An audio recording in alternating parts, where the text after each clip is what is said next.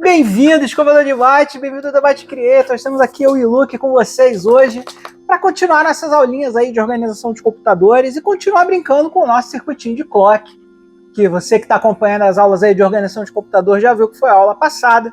Para não dizer que eu não mudei nada, eu só troquei aqueles jumpers enormes por fiozinhos pequenos, para que vocês possam ver melhor o circuito enquanto a gente trabalha nele hoje. E a ideia do trabalho de hoje é o seguinte: esse circuito de clock, a gente vai usar ele em muitos laboratórios que nós vamos seguir daqui para frente, porque ele meio que bate o tambor para o computador funcionar. Então hoje nós vamos ver algumas formas de melhorar esse circuito de clock para que a gente possa regular a velocidade dele e também para que a gente possa debugar o processo de enviar sinais ao computador pelo clock. E é isso que nós vamos fazer hoje. Então, se você está interessado nisso, pega o seu café, senta aí e vem comigo para o laboratório do Byte Creator, que a gente hoje vai brincar com esse cara aqui e vai melhorar esse cara para que ele seja mais útil aí nos laboratórios à frente. Vamos embora. Então vamos lá, pessoal, vamos começar aqui alimentando o nosso circuito de clock, ligando ele, e vocês vão ver que ele está brincando aqui em um determinado período. Ele fica apagando e acendendo, e a gente já falou na última aula que isso funciona pelo tempo em que essa resistência permita que esse capacitor seja carregado e descarregado. Como é um capacitor pequeno, ele vai brincar muito rápido, porque ele vai carregar e descarregar muito rápido, e essa é a lógica principal.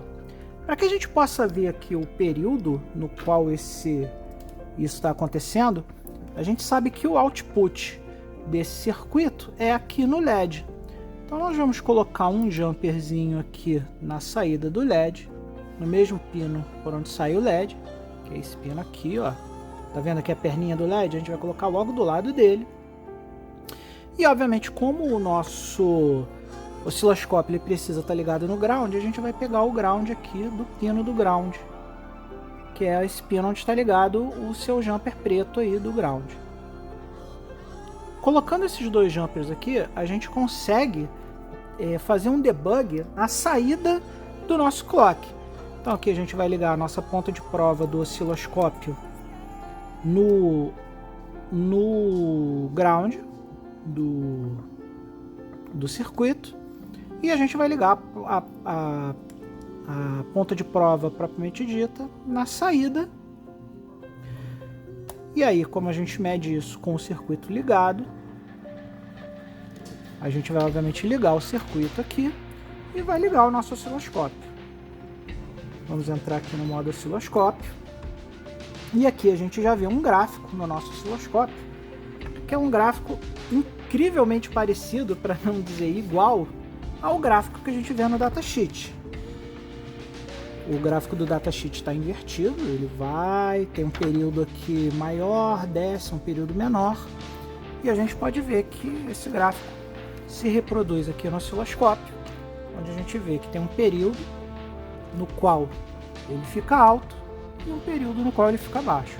Aqui a gente vê que a gente tem muito ruído nesse circuito, mas para o que a gente vai explicar hoje, o ruído é um tanto quanto irrelevante. Então vamos tentar entender o nosso osciloscópio aqui. A gente está medindo 20 mV com atenuação de X1. Vamos aumentar essa atenuação aqui para vezes 10, para que a gente possa ter uma medição um pouquinho melhor. Tá aí. Agora nós estamos aqui atenuando a vezes 10 e estamos configurados aqui com 200 mV, que é o que o nosso queridíssimo datasheet manda a gente fazer. Aqui a gente também vê que o nosso queridíssimo está oscilando, então significa que o clock está enviando sinal, e a gente pode ver isso se a gente diminuir aqui. A gente está com um período aqui de tempo de 20 milissegundos. Vamos jogar esse tempo de 20 milissegundos para um tempo diferente, para que a gente possa ver o clock funcionando. Então aqui, ó, vocês estão vendo que está tendo movimentação. A gente está agora em 5 milissegundos, né? E à medida que a gente for subindo aqui, a gente vai tendo o gráfico. O gráfico, dependendo da medição que a gente usa, a gente chega até um gráfico até bem parecido com o que a gente tem aqui, comparando, né? Se você olhar esse gráfico e esse gráfico, ele é bem parecido. Nesse gráfico aqui a gente tem a saída do clock, que é o que interessa pra gente. E nesse gráfico aqui a gente tem o gráfico da descarga do nosso queridíssimo capacitor. Eu já falei sobre esse gráfico aqui na última aula, então veja na última aula. Só que nessa aula também, nessa página também, a gente tem aqui as fórmulas que nos permitem calcular os períodos que nós estamos medindo aqui para a gente ver se a gente realmente está mandando como o datasheet quis que a gente mandasse. Então vamos começar a falar um pouquinho sobre essa matemática aqui. Então aqui, ó, se nós olharmos as fórmulas matemáticas, nós temos aqui duas fórmulas matemáticas que indicam o que é o período alto e o que é o período baixo. O período alto é o período no qual o clock fica nessa área maior aqui em cima. É o tempo que ele está gastando aqui. E o período baixo é o tempo que ele fica aqui embaixo, na voltagem baixa. E o período total é a soma desse tempo com a soma desse tempo, como a gente pode ver aqui nas fórmulas. Então aqui ele tem a fórmula que calcula o TH, que é o time high, que é o tempo alto, time low, que é o tempo baixo, e aqui ele diz que o período é igual ao time high mais time low. E aí a gente pode fazer usando essa fórmula final aqui, que já é a fórmula devidamente simplificada, ou a gente pode calcular qualquer um desses períodos aqui, se a gente conhecer as variáveis. Quais são as variáveis que a gente tem aqui?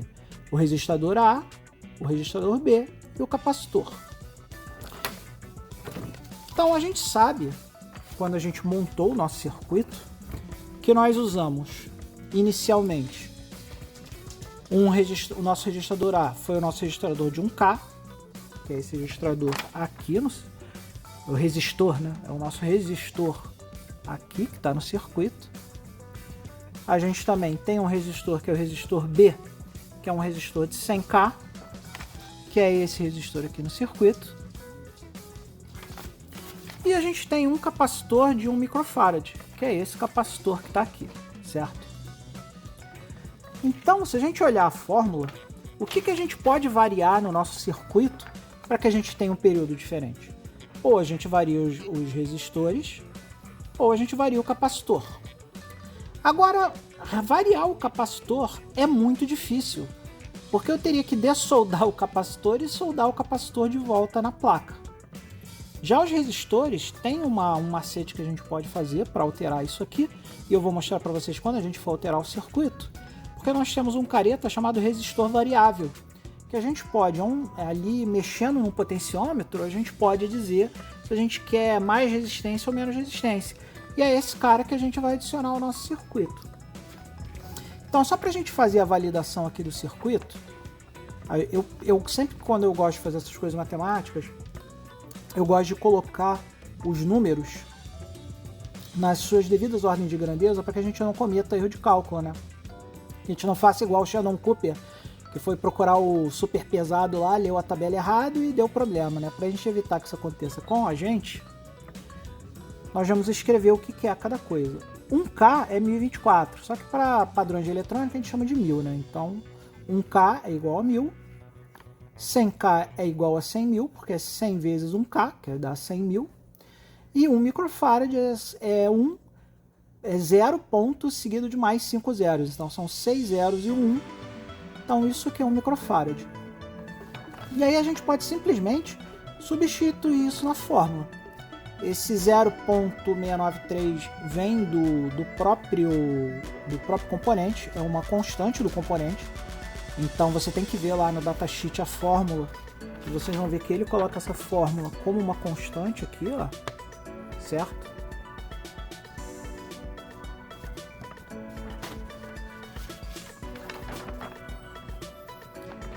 E esses são os valores. 1K é 1000, então, por exemplo, aqui, ó, RA mais RB é igual a 100.000 mais 1000. Então, 100.000 mais 1000 dá 101.000. Multiplicado pelo capacitor, que é 0,00006 zeros e 1. E aí a gente chega a uma taxa aqui de 0,069. Zero aqui a gente está na casa dos milhas. Então, o período, esse aqui é o cálculo do período alto. O nosso período alto está por volta de 70 milissegundos. Então vamos ver isso aqui. Nessa escala aqui de 50 milissegundos, é uma escala muito alta. Vamos baixar para uma escala de 20 milissegundos aqui. E vamos começar a analisar. A gente viu lá que aquela era a fórmula do período alto. Então aqui, ó, 20, 40, 60 e quase metade de mais 20, que daria 10. Ele está oscilando um pouco por causa do ruído de tudo, mas a gente vê, beleza, a matemática bateu. Por que a matemática bateu? Lembra que cada quadradinho desse são 20 milissegundos pela escala do osciloscópio? Então, 20, 40, 60, mais um pouquinho menos de 10, a gente pode dizer que é 9. 20, 40, 60 mais 9, 69 microsegundos. Que foi exatamente o valor que a gente achou aqui no período alto. E agora a gente tem que calcular o período baixo. O período baixo é a constante vezes o registrador B vezes o C. O registrador B é o de 100K, que a gente sabe que é 100 mil. O capacitor C é igual a 1 microfarad. Então a gente pega a constante, multiplica por 100 mil, multiplica por 0,01 e a gente chega a um valor de 0,069, que também dá mais ou menos 70 microsegundos. Então vamos ver se é isso que a gente está lendo aqui no período baixo. Vamos lá, ó. Aqui a gente tem um pouco mais de 10, ou seja, isso, a gente tem aqui aproximadamente 11, mais 20, 40, 60. Então aqui a gente está medindo aproximadamente 71. E aí a gente vê que sai um pouco da diferença da matemática. Primeiro porque esses componentes não são perfeitos, a gente não está no mundo perfeito, mas ele está dentro daquele limite de 10%. Então a gente pode dizer aqui que a gente não bateu exatamente na vírgula, mas a gente está muito próximo. E a diferença é por conta de repente, ruído aqui na eletricidade, ou componentes que não são perfeitos. Então a gente conseguiu ler o período baixo e conseguiu ler o período alto. E obviamente esse período total aqui, ele tem que ser a soma dos dois períodos.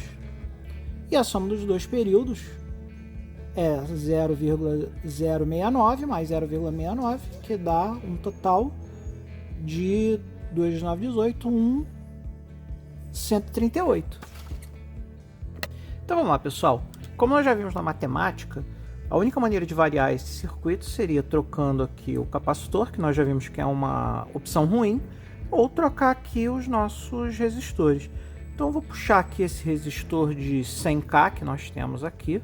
Vamos tirar ele do circuito, lembrando que ele liga os pontos 6 e 7 aqui do TMS do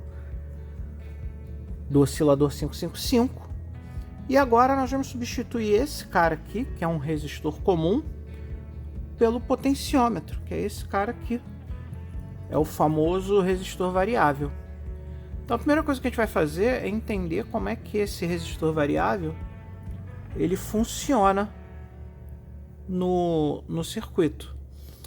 Então aqui, ó, como vocês podem ver, ele tem 3 perninhas, né? E essas 3 perninhas, 2 delas são as pontas do potenciômetro, que indicam o menor e o maior valor possível.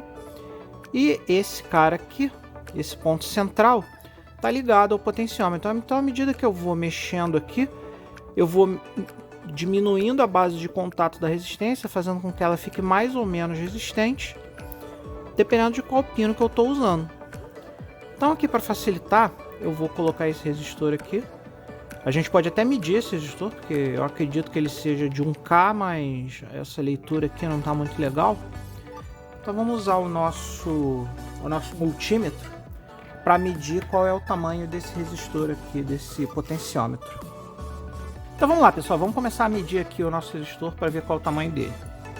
Se a gente quiser ver a capacidade total de um potenciômetro, né, um resistor variável, a gente mede ele de ponta a ponta, tá? Então a gente mede aqui para cá, e aí a gente está vendo aqui que esse cara aqui está dando 0,89. Ele deveria ser de 1K, mas como é um componente de baixa qualidade, ele está lá na média E pra gente não vai fazer tanta diferença, então vamos usar ele mesmo, apesar dele não estar batendo lá. Eu acho que ele ainda está dentro da margem de segurança do componente, mas vocês veem que está bastante fora da margem total do componente, tá? E aí, para a gente medir o quanto a gente está de resistência, a gente mede a partir do ponto central, que é esse aqui, ó. Então, se a gente medir desse ponto central para esse ponto aqui, vocês vão ver que a resistência dele tá dando aqui 0,81, ou seja, não tá dando aquele limite máximo, mas ele tá próximo do final aqui. Então vamos mexer um pouquinho num ponto mais central, só para a gente ver a variação da resistência. Então aqui agora ele já está em 60, a gente mexeu um pouquinho para a direita. E qual é a diferença desse ponto para esse ponto? É só a diferença de para que lado você quer que rode o potenciômetro. Porque isso aqui, na verdade, ele tem... Imagina como se ele fosse uma agulhinha e ele estivesse andando sobre o meio resistente. Então, quando você move ele, você, na verdade, você está andando com a agulhinha dentro do meio resistente para dizer quanto de meio resistente você quer usar para diminuir a velocidade da corrente. Então, agora vamos implementar esse cara no nosso circuito para que a gente possa variar o nosso clock mexendo no potenciômetro. É mais ou menos a mesma lógica que a gente usa quando a gente quer trocar a luminosidade de alguma coisa com o potenciômetro, ou mais comumente, né, quando a gente quer aumentar ou diminuir o volume de um aparelho de som, por exemplo, que usa um potenciômetro para isso. Então vamos escolher aqui um lugar bacana que a gente consiga mexer o potenciômetro. Vou botar ele aqui, ó. Preste atenção nos pinos que você vai usar. E aí nós vamos usar um jumper aqui, ó, para ligar aqui o pino 6, que é o pino que a gente usa, que tem essa conexão azul aqui, né? Então vamos ligar o pino 6 no centro, no pino central, que é esse aqui. Vai ser esse aqui. E outra conexão que a gente vai fazer agora é o seguinte: nós precisamos de um valor mínimo. Porque acontece, se eu girar esse cara todo para o lado, ele vai dar 0. E 0 é um curto. Então, para a gente impedir que o nosso circuito tenha um curto, nós vamos colocar um valor mínimo aqui na saída, para que quando eu colocar aqui o potenciômetro no valor 0, ele faça no mínimo essa resistência aqui. E esse resistor é um resistor de 1K. Então eu vou colocar esse resistor de 1K aqui, ó, no pino de cima do potenciômetro, e vou ligar aqui no pino 7.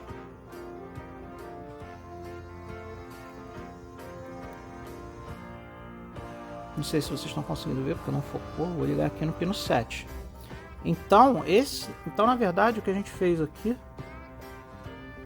foi trocar aquele resistor de 100K que ficava entre o pino 6 e o pino 7, por esse potenciômetro, que também está ligando o pino 6 com o pino 7, tá? Aqui é o pino 6 e aqui é o pino 7.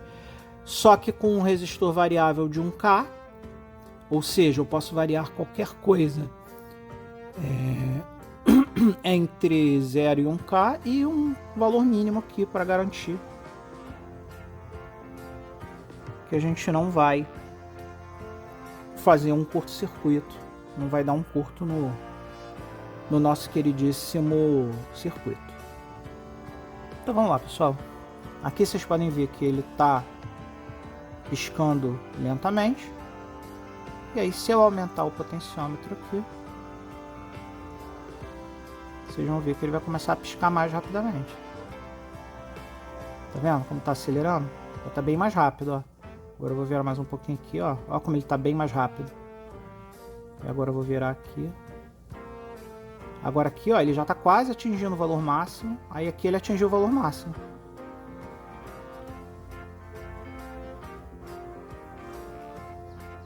E é isso aí. Esse aqui é o nosso circuito de clock pronto, para que ele tenha um resistor variável e a gente possa ajustar. E no futuro, quando a gente precisar debugar os nossos circuitos, se a gente quiser olhar mais devagar o que ele está fazendo, a gente bota aqui no valor mínimo. E se a gente quiser que ele ande rápido, a gente aumenta aqui. Vamos ver isso acontecendo no multímetro? Então é isso aqui, pessoal. Pluguei o osciloscópio. Vocês estão vendo aqui, ó, como é que o sinal está se mexendo numa determinada velocidade aqui, né? Então o período, lembra que o período começa daqui para cá. E agora vamos começar a mexer aqui para a gente ver a variação do sinal. Então aqui, ó, tá vendo como o período está reduzindo? Ó, olha como o período reduziu.